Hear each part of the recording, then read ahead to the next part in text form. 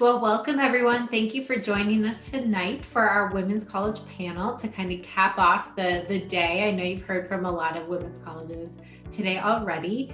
Before we get started, I'm going to start myself and then ask if maybe we can go around and just do the brief introductions and then we'll hop right into our content. But my name is Annie Sullivan. I'm an Associate Director of International Admission at Holyoke College in South Hadley, Massachusetts. I'm Jennifer Russell, and I represent Barnard College. We are just outside of Philadelphia.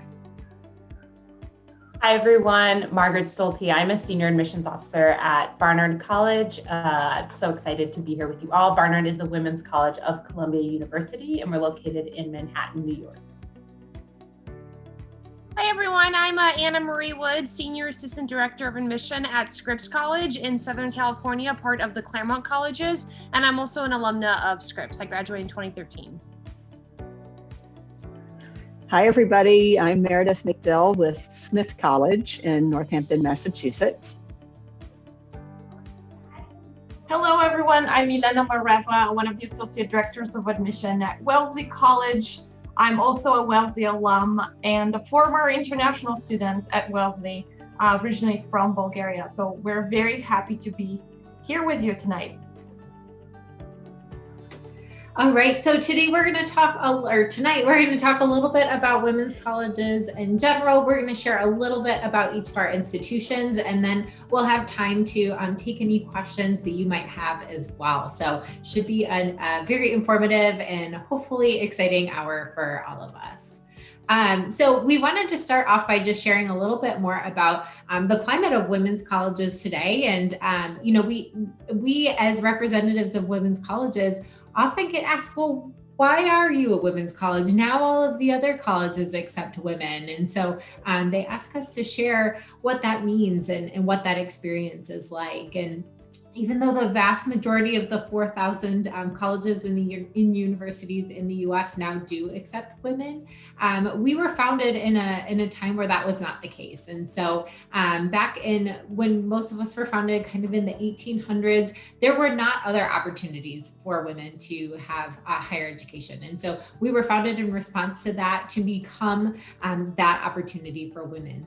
It wasn't until, the 60s and 70s when the vast majority of schools began to open up and become co-educational. And still today, the 6 of our institutions, along with about 30 other institutions in the US, remain very strong in our commitment to being women's colleges. And that's because there's still work to do in our world. We're thinking about a lot about right now with the current climate that we're in. And we're thinking about the fact that 75% of the frontline healthcare workers in the US are women, but only 25% of healthcare decision makers, policy makers are women. And so we're underrepresented in that category that makes decisions that impact a significant number of women and their families. During this pandemic, women are taking on a higher burden of unemployment, of childcare and parent care and caregiving opportunities. And so this is a time when women's voices matter and where we need more women, not just as part of these conversations, but actually leading and steering these conversations. And in the United States, we've also been amidst a lot of protests around racial inequality and police brutality in the US. And movements like the Black Lives Matter movement were founded by women. And so we need more women who are taking control and steering that conversation and helping be leaders in their fields. And so these are all reasons why women's colleges remain very central and very important in what we do. We're going to talk a little bit more about outcomes later, but we often get asked, well, all the other schools accept women now. So why do we still have women's colleges? And the answer is very obvious to all of us and all of our students and alums. So we're going to pivot a little bit now and talk about each of our institutions. And so Margaret's going to get us started with that. Thank you so much, Annie, for that wonderful introduction. So we're just going to go through each of our various institutions now and tell you a little bit about ourselves. I'm going to start with my institution, Barnard College. And understanding Barnard, it's really important to think about our 4 pillars of identity. First, Barnard is a liberal arts college. Much like the colleges here tonight, we're small, about 2,600 students total, 650 to 700 in each class. 79% of our classes are 20 students or fewer, and we are really boasting a flexible liberal arts curriculum. Some kind of unique notes in Barnard's curriculum are that we're one of the only colleges for women to have a technology requirement, and it really focuses on interdisciplinary coursework. Also, some of our unique programs include our human rights concentration. Second, we are a women's college, of course, which is why we're all here tonight. I want to highlight some of the unique benefits of Barnard, which is Well Woman, our holistic health center focused on women's health, and the Athena Leadership Center, which is really focused on women in entrepreneurship and in leadership. Third is our partnership with Columbia University. Barnard is one of the undergraduate colleges of Columbia. If that's confusing to you, you're not alone. It's a unique relationship in higher ed. This relationship has so many benefits, including cross-registration for our students. You really don't know the difference between a Barnard and Columbia student when you're walking around campus, but you know the difference in the classroom because Barnard students are commanding the classroom and holding faculty and their peers accountable, regardless if that class is on Barnard's campus or Columbia's campus. This also means that we offer Division I athletics, which I know may be pertinent to you all tonight. And we're one of the only women's colleges to offer this. So our athletes compete as Columbia Lions, which is a really wonderful resource. Finally, we are in New York City proper. So that means access to year-round internships. It also means access to really incredible working artists and faculty who are really excelling in their fields. It means that Barnard students are interning year-round at major industry holders like Amazon and Google, but also participating in the World Health Organization and active at the UN. So I'm going to leave it there to make sure that we get all of our institutions through on time. And I'm really looking forward to talking to you all about Barnard and answering your questions. Thanks. All right, and on to the next alphabetically. So this is representing Bryn Mawr College. We are just outside the city of Philadelphia. So we're in a residential location, beautiful campus, maybe 20 minutes outside of the city. And if you know your geography, Philadelphia is right in between Washington, D.C. and New York, about 2.5 hours to each. So lots going on in our little immediate corridor here. We are the smallest of the sisters here today. We've got about 1,300 students and the furthest south. So our weather's a little milder than our northern sisters. And although our population is overall small, our international population is very large. About 22% of our students come from overseas. So very wide diversity of students and diversity of academic interests as well. Like all of our sisters here, we really highlight liberal arts and sciences. About 1/3 of our students actually major in math or science.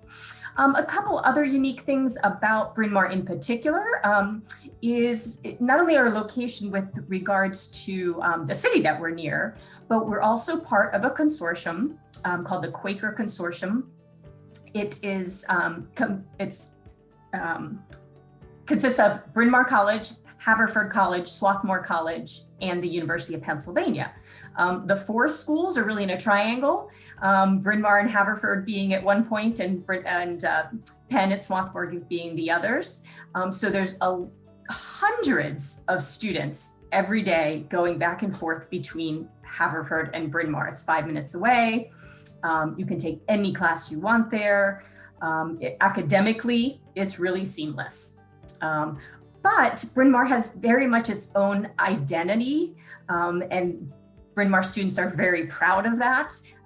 We have an honor code, for example. We have the oldest self-government student association in the country, and we have lots of traditions. You'll hear a little bit more about them later, but a couple of the things that we're particularly proud of. Thanks.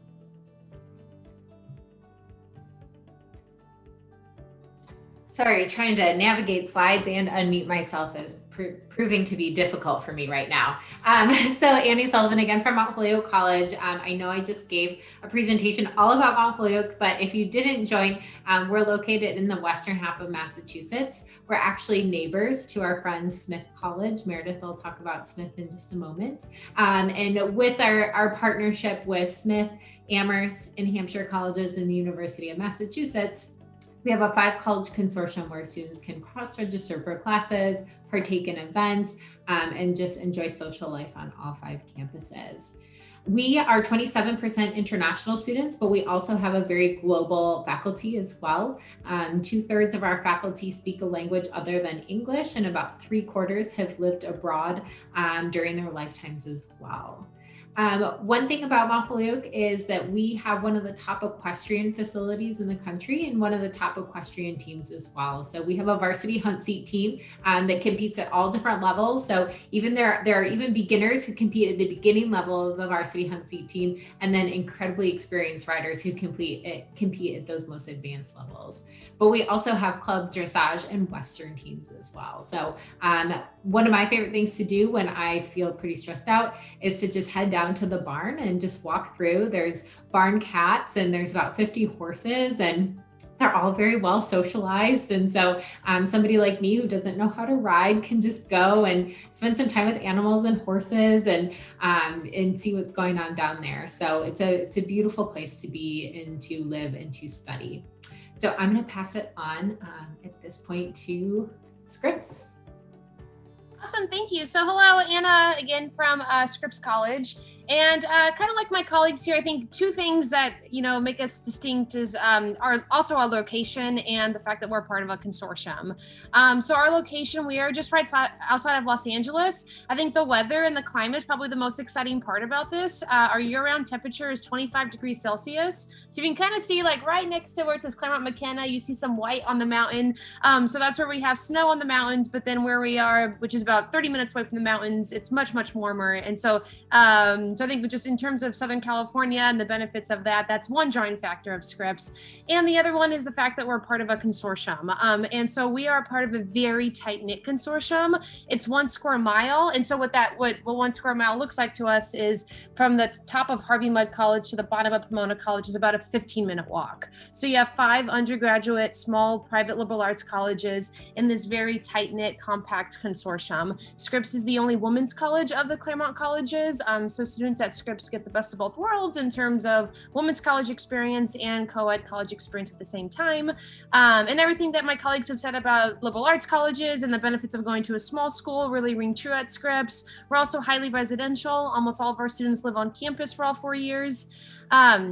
And then academically, I'd say something that is, I think something we try to distinguish in terms of academics at Scripps, especially in comparison to our peers across the street from us, is we have the core curriculum and we have senior thesis. So we kind of like to describe it as like a bookends theme. If you imagine like a bookshelf, there's on the one end, everyone goes through the core curriculum in interdisciplinary humanities. It's a set of 3 classes that all Scripps students take in their first year and a half at Scripps, rooted in the interdisciplinary humanities. And then at the end of your time at Scripps, everyone does senior thesis. So inherently, all of our students will do research because they're completing a senior capstone project. So the beginning and the end of your 4-year academic experience are pretty much the same for everyone. So that's a little bit about Scripps.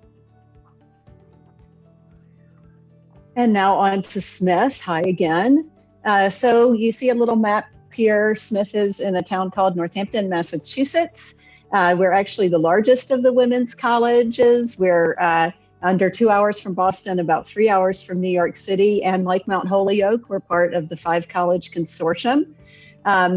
Smith is the only of the women's colleges and one of only 7 institutions in the US that has the open curriculum, which is essentially the most flexible course of study you could have available to you. We don't have a core curriculum or general education or area or distribution requirements. So a very high percentage of our students double major. We've got about 50 different majors, 40 different minors, and currently about 40% of our students major in the STEM field, science, technology, engineering, or math. But economics is our most popular major for international students. Art is our largest department, excellent liberal arts college with great programs across the curriculum. We do have our own fully accredited engineering program. And we have a really unique living and dining situation. Rather than in traditional dormitories, our students live in these 37 different houses spread around campus. You see an example here. The smallest has only 10 students. The largest has 100. 14 of those houses have dining halls in them. The 15th is in our student or campus center. So we're also very well known for our food. So we like to say we offer the best of a lot of different worlds at Smith. We're, a small residential liberal arts college. We've got the smaller community that the housing system provides, the larger community within the 5-college consortium. And if you need a big city fix, we're under 2 hours from Boston and about 3 hours from New York City. Thank you. On to Wellesley. All right, so on to this next stop of the whirlwind tour of these 6 colleges. Wellesley, we're going to stay in New England. Wellesley is a premier liberal arts and sciences college that believes confident and educated women are the most powerful engine for social change. And as an institution, we have some unique qualities. We sit on a vast, breathtakingly beautiful 500-acre campus that is just outside the city of Boston. So about 40 minutes in a suburb of Boston. And Wellesley students really enjoy being part of this beautiful landscape, but also the Boston vibrant college community. They take advantage of 4 historic partnerships with MIT, Brandeis, Babson, and Olin, and they are able to take classes across of these campuses and also participate in extracurricular activities. We are a small college of only 2,400 students, but these students represent one of the most diverse college communities in the US. At Wellesley, you have peers from over 80 different countries around the world. For over 40% of our students, English is not the first language they learn at home. So you'll be hearing lots of accents like mine, and our international students really feel at home here. We are a campus that is 100% focused on undergrads, and yet we offer the kinds of resources, technology, research opportunities that you would typically find at large research universities. We also strive to be a leadership lab for young women and a prominent hub for leadership development and training. So like any skill, we believe leadership requires practice. And at Wellesley, we intentionally build an environment where students practice leadership at every level, from college government to students sitting on the board of trustees, administering the honor code, deciding on faculty appointments, coordinating international student orientation. Wellesley students would routinely be involved in these opportunities to lead and change the institution. So if you're someone who's eager to make a difference in your community, you are going to be right at home here. I'm going to end here and encourage you to check our website, where you're going to find a lot more resources to explore the community. But I want to continue the conversation next and actually pass the mic on to Jen, who is going to talk about some of the myths and truths about women's colleges. So thanks. So yeah, you heard little bits and pieces about all of our institutions, but I suspect that even before you were watching this webinar, you might have heard some things or thought some things about women's colleges. And so we wanted to just put a few of these things out there front and center. I'll sort of mention some of these things, but we're going to unpack and really do a deeper dive into some of these both myths and truths of women's colleges. You may have heard that women's college students are feminists, all feminists, staunch feminists. Yes and no. Yes, because we are, and no, in that we don't necessarily walk around thinking about our gender all day. We don't have to, and that's where it's really liberating. Feminism is all around us. You may hear that women's college students are mostly LGBTQ. Yes and no. We have incredibly wide diversity of students, including along the entire gender spectrum. We're very welcoming places, and that includes students all across the gender spectrum. So you'll hear more about that as well.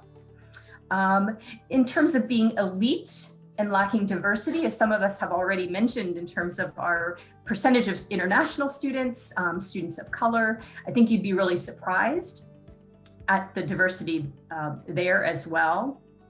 And then this is my favorite. We hear sometimes that women's colleges don't prepare students for the quote unquote real world. And you've got to meet some women's college graduates because they are prepared for the real world, no doubt.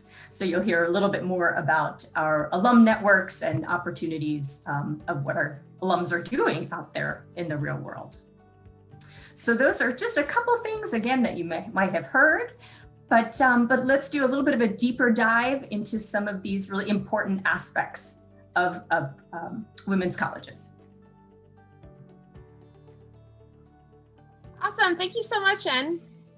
So this slide highlights, when we talk about women's colleges, we talk a lot about community and being inclusive spaces. So this slide highlights the benefits of a women's college community and how we focus on making that community inclusive.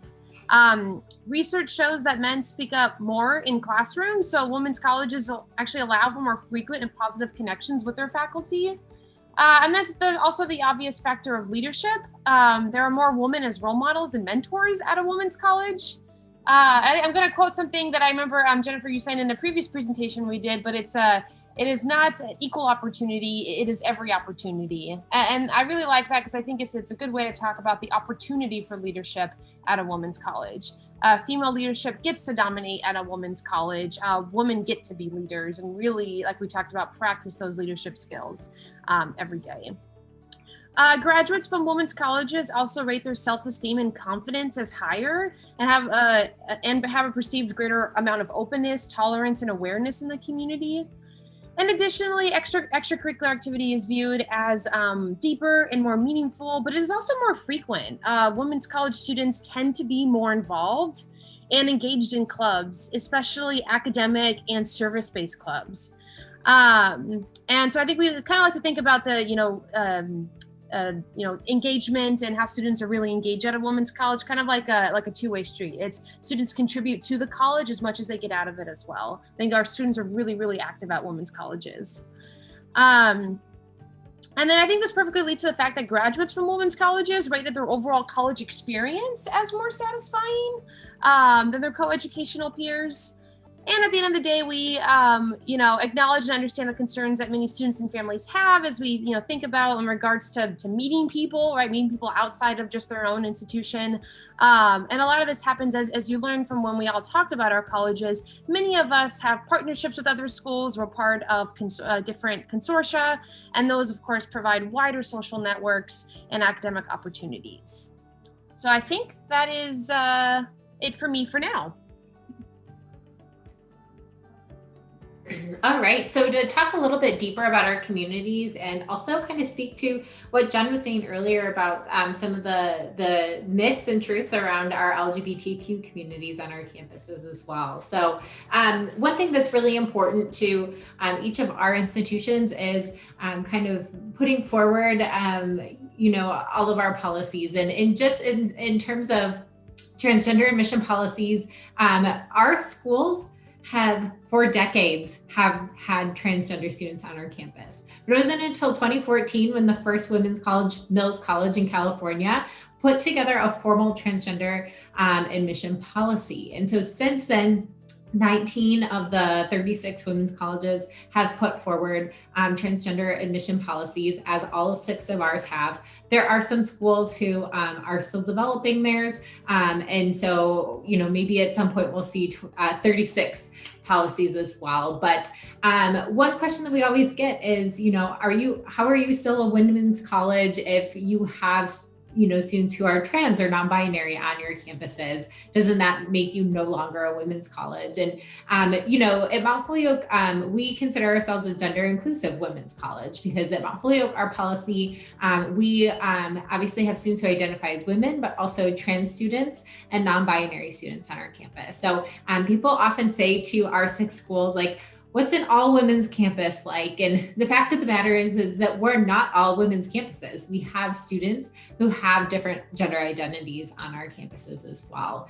This is very in line with our mission and what's important to us. And that is to provide a space for gender minorities that have traditionally been underrepresented or not been given an equal level and an equal voice, to have that voice. And so even if we have students on our campus that identify as men, they are still students who wholeheartedly deserve a seat at the table and that we want to lift and empower as well. So you can see each of our policies on our campuses listed on this slide. They're all a little bit different. And so I encourage you to take a look at that. And then if this is of importance to you, to look at other women's colleges to see what their policies are as well.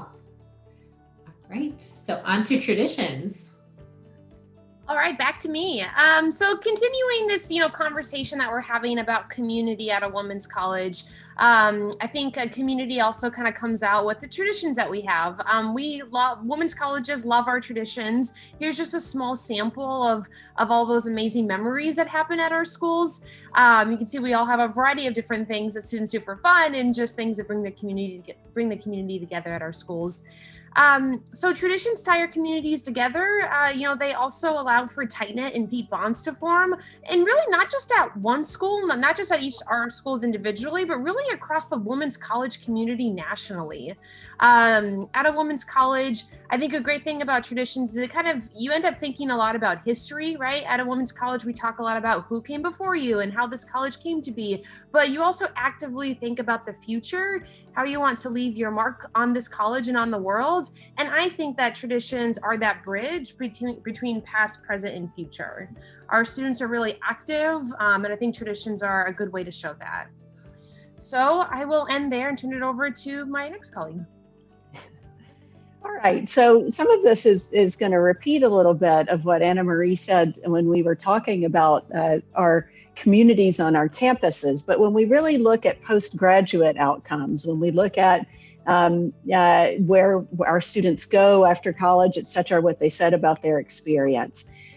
So in recent studies where findings are based on interviews conducted with female women's colleges, liberal arts institutions, and public universities alumni, key messages bore out that women's college graduates reported greater satisfaction with how their education helped them develop confidence, a sense of empowerment, and an appreciation for lifelong learning.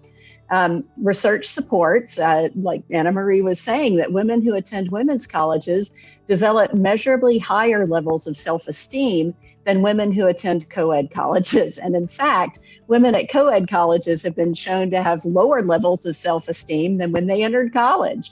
And confidence clearly is a key factor in leadership skills. Women's college graduates self-report greater gains in self-understanding and quantitative reasoning. Students at women's colleges participate more frequently in class and collaborate more than women at co-ed institutions. Women's college graduates really attribute their success to interaction with a high-quality, teaching-oriented faculty. They report strong benefits from mentoring, small classes, and personal interaction with professors.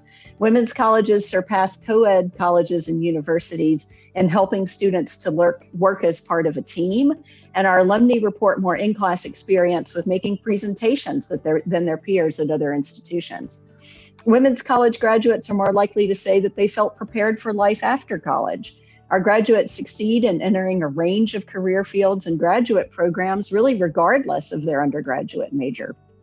As studies repeatedly for practically every field and profession, as studies underscore the need for critical thinking, global knowledge, intercultural competence, real-world abilities, women's colleges surpass co-ed public colleges and universities in helping students learn to think analytically, bring social and historical perspective to issues, write and speak effectively, make sound decisions, gain entry to a career, prepare for career change or advancement, and be politically and socially aware. At women's colleges, there's greater opportunity for leadership experience in college, which looks good on a CV, and we talk a lot about leadership at our institutions. Women's college students are more likely to have a leadership role on campus, and participate in things like student government or campus publications. Because leadership positions at our schools are for women, whereas 85% of Student Government Association presidents at co-ed liberal arts colleges are men. And yet 60% of the students at those co-ed schools are women. And Annie was saying, and Milena also referenced it earlier, as with most things in life, you learn by doing, and the same is true about leadership skills. You learn about leadership by doing it, and if you do something over and over again, it becomes a habit. So that's what happens at our colleges. Leadership becomes a habit. When you attend a women's college, you are the show. In the classroom, on the athletic field, in every club and organization. So there are naturally more women, a broader diversity of women, and more varied examples of women as role models and mentors. So students learn from and observe women in administrative leadership positions and on the faculty and in our powerful alum networks. You've got outstanding role models in the faculty, half of whom are women, the senior administrators, most of whom are women, and accomplished alumni. So leadership skills and styles are developed at our places because there's opportunity, need, support, and encouragement. So forget about the old boys network and welcome to the ageless women's network, which I believe Milena is going to speak about in a moment. At women's colleges, these college networks play a greater role in graduates being accepted to graduate school or finding a job. And remarkably, while only 1 to 2% of women wind up attending a women's college, our graduates have represented up to 25% of US Congresswomen, 40% of CEOs of Fortune 500 companies, plus some 30% of Business Week's list of rising women in corporate America. Next slide, please. And graduates of women's colleges are 1.5 times more likely to have studied STEM than women at co-ed institutions. Traditionally male-dominated fields include math, computer science, physical science, and engineering, these STEM fields. And there's evidence that women's colleges, compared with co-ed institutions, both confer upon women larger proportions of bachelor's degrees in and encourage women to focus more on traditionally male-dominated fields of study. Another benefit of women's colleges, we're liberal arts colleges, and you can study liberal arts, you can study STEM rather at a liberal arts college. In fact, it's what many leaders say our world needs. You see a couple of quotes here that underscore this point. And it pays off in the long run. While the median return on investment, meaning a person's earnings compared with what they paid for their college education, for liberal arts college grads is lower 10 years after enrollment than the median ROI for other colleges.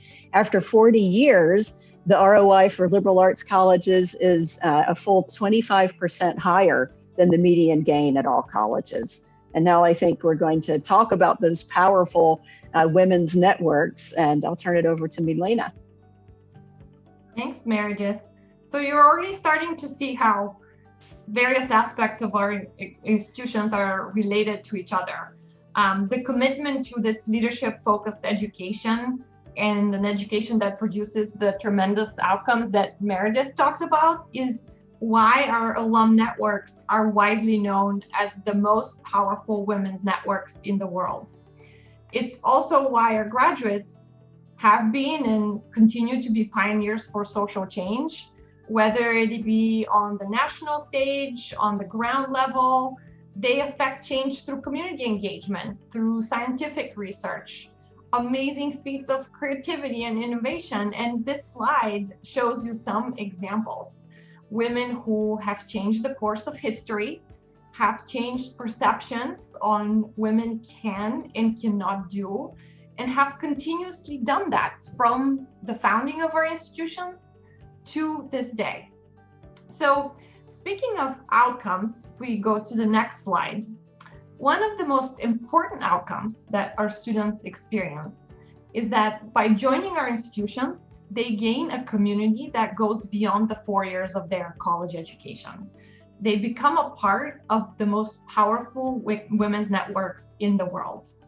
And these are some of the ways in which this support and inspiration that you gain from this network changes your experience from the point at which you are a student, a college student, right? the alums come and support you by offering you advice about various fields. You could sign up to shadow an alum at her workplace or call alums for advice. They actually review your resumes and cover letters in many cases.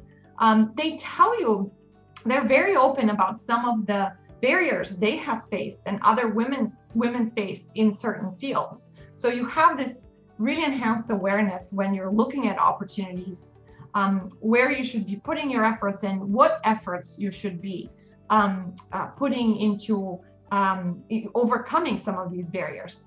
There are lots of internships and service opportunities that become available to our students because alums create them specifically for them. And of course, there's funding for these opportunities and continuous mentoring that you're a part of. So once you graduate, this dynamic changes slightly. You are part of the alum network and you have this lifelong support that your fellow alums are going to be offering you, and these role models of how you should be professionally, how you can balance your personal and professional life. The alums constantly advise each other. My favorite parenting bulletin for parenting advice is the Wellesley Facebook group for parents. They're just amazing. You can, post anything, any question, and within hours you'll hear from alums from all over the world who have had experiences to offer and advice to offer. So our alums remain very connected throughout their lifetimes to their alma mater.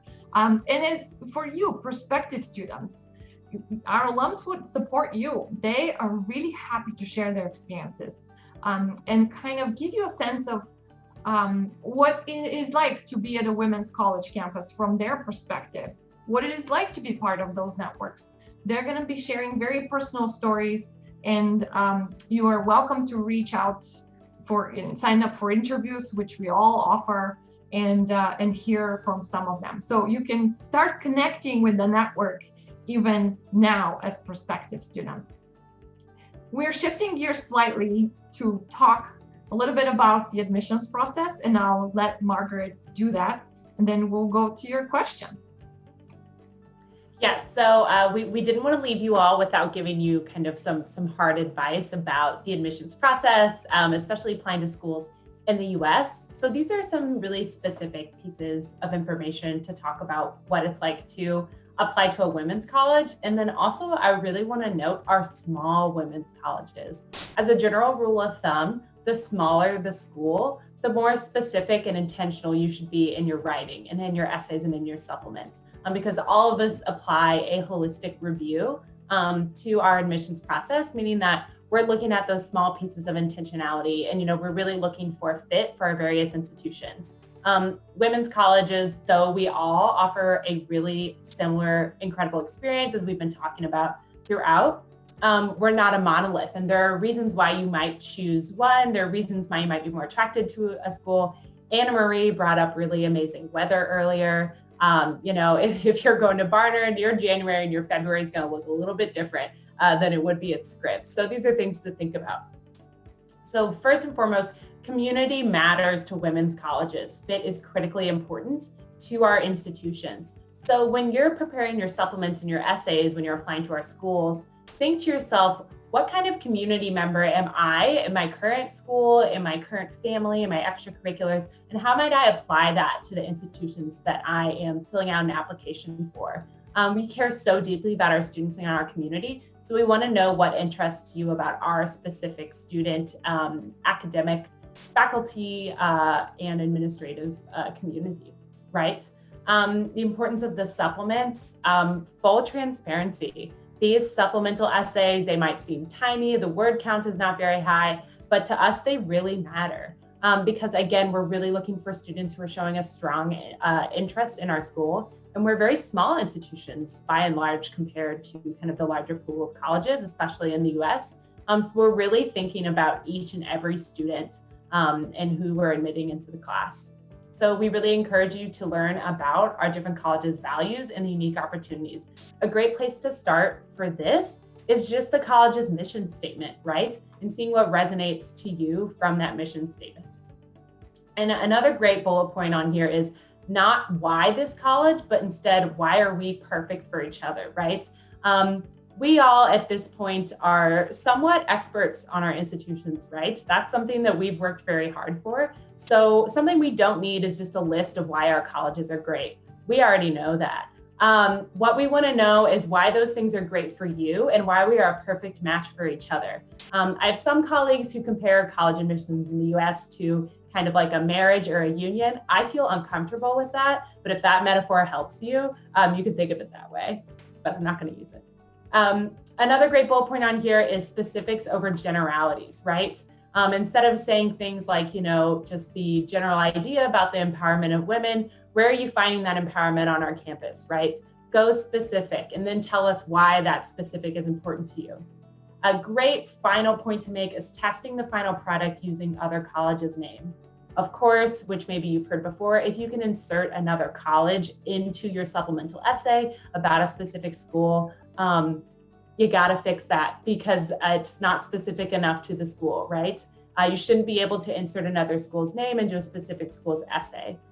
So okay, with that, with this kind of final closing on admissions, I think we're gonna open us up to question and talk about some closing thoughts. It's Friday night. I'm not sure what I'm speaking anymore. So yeah, I think Annie's gonna bring us home with this slide here and introduce us into the Q&A period.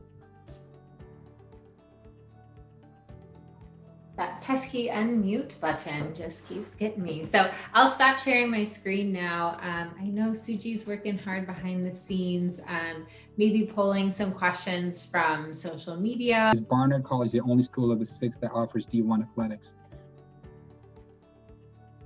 Yeah, is that true?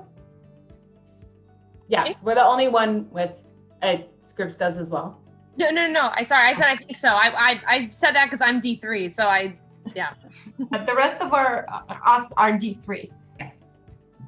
And actually, on that note, a question came in about sports offered in facilities. Do participants travel far? And I think you can touch on both D1 and even D3, institutions for each college there.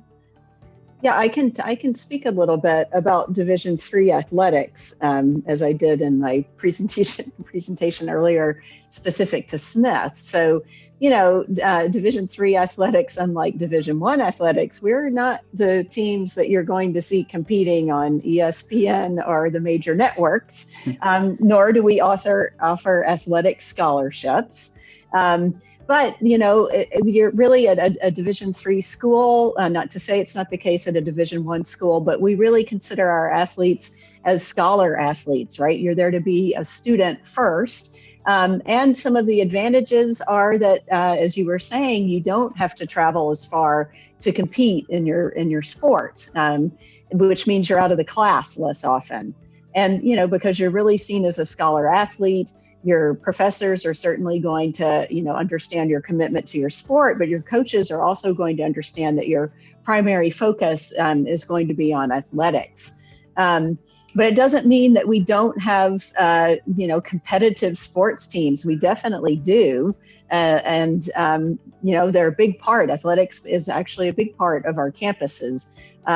So it's a little different, but in many ways very similar to athletics on any other campus. I don't know if anybody else wanted to add to that. I should maybe ask this question as well, so for who, so that you can maybe answer both. Can the school speak to any entrance merit scholarships available? Yeah, so I think 5 of us, all the schools except Barnard, are Division III. I'm looking for a quick head nod. Yes, yes, because Wellesley and Smith were all in the same NUMAC conference as well. But so the Division III schools, none of us offer athletic scholarships. That is not permitted in the NCAA Division III. Speaking for Mount Holyoke, and likely true for some of the other colleagues on today, we offer academic scholarships. So students are able to earn academic scholarships. And then I believe that all 6 of us offer need-based financial aid to international students as well. But I'll let somebody else jump. And then Margaret, yeah, if you want to answer all of this in the context of Division I, that'd be great. Absolutely. So I wanted to touch on this question of the athletic scholarships. So Barnard, much like a lot of the schools present here, we don't offer any merit or strictly athletic scholarship. Like everyone else here, we're meeting 100% of demonstrated need. And Barnard is reading applications need blind. But what I will say is that we are matching your financial aid package from Columbia or any other Ivy League institution. So this is really great for our student athletes who are considering Barnard and are maybe choosing between a couple schools within the Ivy League. So our athletes are competing in Division I athletics at Columbia in the Ivy League. They're really big teams. They're all big to themselves, but the ones who are more nationally acclaimed, definitely our fencing team, who are 2-time national champs, which we are very, very proud of. Our rowing team does really well as well. Barnard students are definitely very active on fencing, rowing, and squash. And they're playing at the Baker Athletic Field, which is about 10 minutes away on the 1 train, which is the subway, super accessible, in 15 minutes by the bus. Students prefer the bus. I don't know why, but you can take the train and it is a little bit quicker. Just wanted to add that in terms of financial aid policy at Wellesley, we do meet 100% of calculated need, like all of us here, but we only offer need-based financial aid. So we don't have any scholarships, be they academic and definitely not athletic. So it's need-based financial aid. And we have that commitment for meeting 100% of need for every admitted student, regardless of citizenship, which is something that is distinct and a small group of us offer. Definitely not all colleges in the US.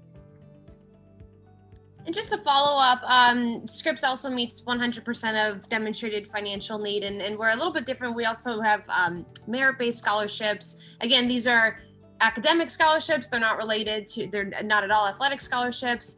Those scholarships for us range from $15,000 a year to $28,000 a year. So bring that up just to show you that we have a lot of us on the call, and there's a lot of different ways, right, that you can afford college. And so just keep that in mind, that there's not an exact way that, we all work, I think.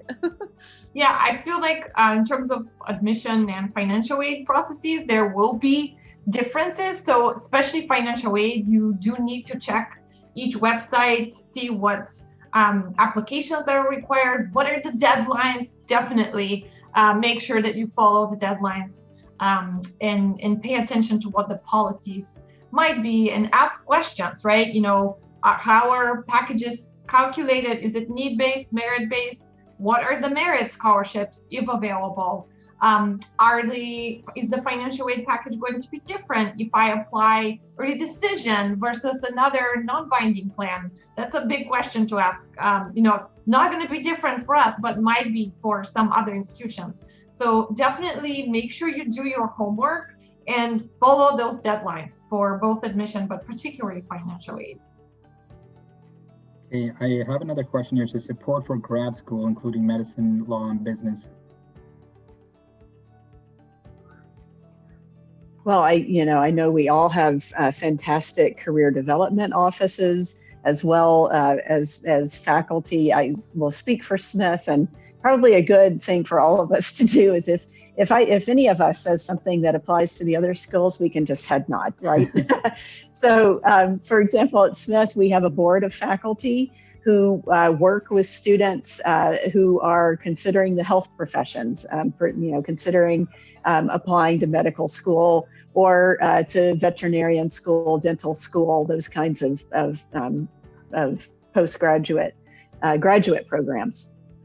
And that board of faculty helps students prepare for the MCAT, the DAT you have to take for dental school, et cetera.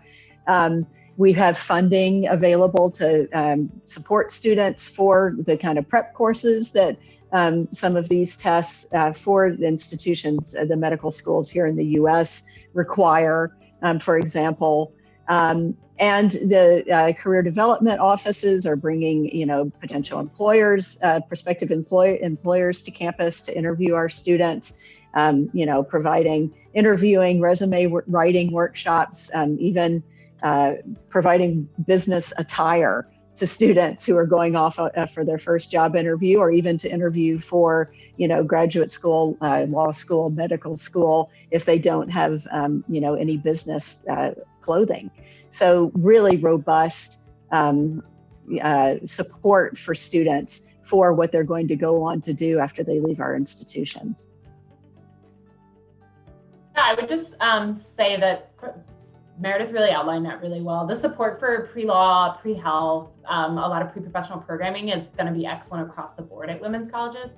At Barnard, for our pre-health students, we have a woman who works in our Beyond Barnard office, which is our career development office, whose sole position is pre-health advising at Barnard. So she walks you through course selection, applications, getting your letter approved.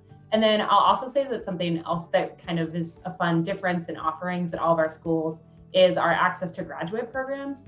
So Barnard has a really large variety of 4+1 programs with Columbia graduate schools. So that's when you apply for a master's degree program at the end of your junior year, you start your coursework in your senior year, and then you complete a master's degree within 1 year of graduating, which is really exciting. At Barnard, your financial aid package doesn't change at all during your senior year, even though you're taking graduate level courses. You often don't have to take the GRE and just need a GPA requirement to get into those programs. So some of them include C's, the School of Engineering and Sciences, the Mailman School of Public Health, and a variety of other master's degree programs with Columbia. And we all offer kind of an interesting mix of programs like that. Awesome. And I have another, I know Barnard, I know you mentioned Columbia, but I have opportunities to interact with other co-ed schools, cooperation with other colleges. There's a question here. Well, we could, we've got Barnard covered, so we could each go alphabetically and reiterate our partnerships and consortia we're a part of. So Bryn Mawr, we are part of what's called the Quaker Consortium. It consists of Haverford College, Swarthmore College, and the University of Pennsylvania, and Bryn Mawr, of course. The closest in proximity and relationship is Haverford. That's kind of our brother college. I would sort of call Swarthmore like the cousin, and maybe Penn like the friend of the family. So in terms of the relationships that we have, so academically very seamless with Haverford, hundreds of students every single day going back and forth between those two schools. Great. Sorry. Go ahead, Annie. Okay, sorry. Well, so I will actually skip Anna Marie and have Meredith and I talk about, we're going out of alpha order a little bit, because Smith and Mount Holyoke are part of the same 5-college consortium with Hampshire College, Amherst College, and the University of Massachusetts. So there's 2 women's colleges and 3 co-ed institutions. Mount Holyoke in particular, about 75% of our students take at least one class at one of the other colleges. But you can take up to almost half of your classes at one of the other colleges. So all of the students I've ever met are involved in the 5-college consortium. And I'll let Meredith add anything that she wants to about that. Well, I would hope it would be obvious, but, with our partnerships with the co-ed schools, obviously, young men and young women are taking classes on our campuses, and our students are able to go to the co-ed schools and do the same. In the 5-college consortium, you also can join clubs and organizations at the other schools, and lots of activities, concerts, lectures, sports events, parties. We're connected by the largest free bus system in the country. So, it goes to the point where we're women's colleges, but you absolutely can't picture a women's college as a place where you're cloistered away with all women all of the time. We've got, lively communities and lots of intermingling with co-ed institutions. Yeah, and then Scripps, as I mentioned, is part of the Claremont colleges. So that's Pomona College, Scripps College, Claremont McKenna College, also referred to as CMC, Harvey Mudd, and Pitzer colleges. And so I think, like I mentioned, the biggest distinction is that we're very, very, very close to each other, walking distance. My dorm room at Scripps all 4 years was actually closer in proximity to Harvey Mudd's dining hall than it was to Scripps's dining hall. So the colleges truly are very, very close, right across the street from each other. So that's the Claremont colleges. So at Wellesley, students are part of this network of historic partnerships that we have with 4 different institutions. Babson College, which is focused on business and has some of the best entrepreneurship programs in the US, is about 5-minute drive from us in the town of Wellesley. And right next to that campus is the Alumnae College of Engineering, which has really innovative green engineering programs that our students are often taking advantage of. MIT is the largest among those partners. It's in Cambridge, very close to the city of Boston. We have an exchange bus with MIT that takes students in each direction every hour of the day. That's on a regular semester, I should say. We don't have the same system right now during the pandemic, but we hope we're going to be back to it. And we have Brandeis University, the 4th partner. So classes are available to students to take on any of those 4 campuses as long as you meet the requirements. Our semesters and academic calendars are to some extent synchronized. Transportation is available. As my colleagues mentioned, the academic partnerships go out of the classroom as well and touch on the community aspect, and a lot of student organizations partner and invite students from other campuses to their events or work together, like the Wellesley MIT Ballroom Dance Association or the Brandeis Wellesley Orchestra. And we also have our research programs. The MIT and Wellesley research programs are connected, so students take advantage of opportunities at each campus, as well as our recruitment program. So when jobs are posted by employers, they are available to students from both campuses. It's a really fun way to expand your social scene as well as academic opportunities, because you literally on each of those campuses represented today, you have thousands more courses available to you through the partnerships. And of course, thousands of, sometimes tens of thousands of students that you could be networking with. Okay, that's pretty much what I have. Study abroad program, somebody said, but I'm not sure if you wanted to cover that. I mean, any question that we ask, it's going to take a long time for everybody to answer individually, but did anybody want to maybe touch on that in general, study abroad programs? I can talk about that from the perspective of all of us. Study abroad is an important part of what we call experiential learning. It's this idea that you learn in the class, but in the classroom, but also beyond it. And experiencing cultural shock, learning another language, immersing yourself in a completely different country is something that we see as a great opportunity for growth, and that a lot of our students seek out. So we have campuses where study abroad programs are really popular, and then advising for these programs is very robust, as well as opportunities that both we host as run by Wellesley or run by Smith programs, or by any of us that are happening abroad, but also through our consortia that are nationwide, sometimes hundreds of other opportunities abroad that students are encouraged to consider. So often you would actually have an orientation your first year to see what opportunities are available. They typically would happen during your junior year,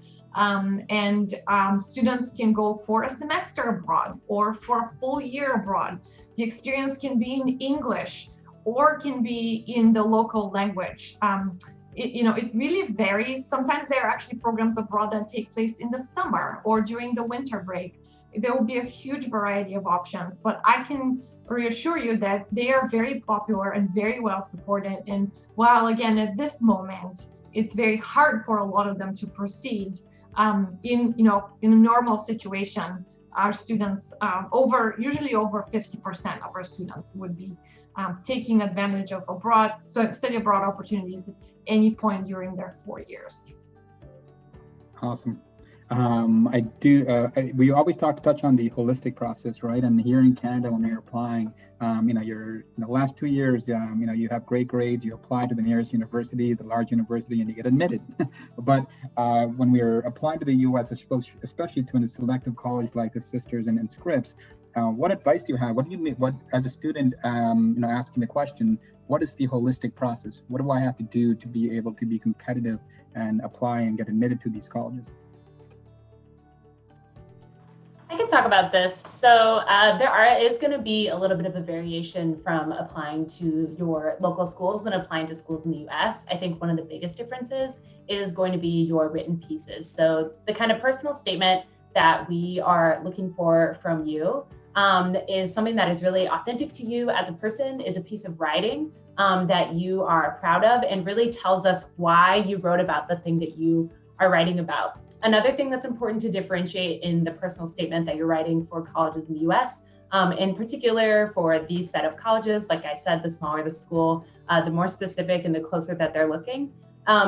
This isn't really a place for you to kind of list your accomplishments or try to weave a narrative through just kind of reiterating your resume thus far, although it's definitely impressive. And we're also not looking to be kind of shocked or awed by an accomplishment.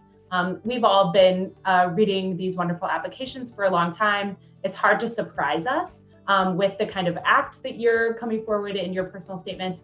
We're really looking to get to know you better through these personal statements because no one can write an essay like you can, right? No one can tell us about you like you can. So that's how you can be kind of differentiating yourself. I would really caution you from trying to be unique and just try to be yourself through the process.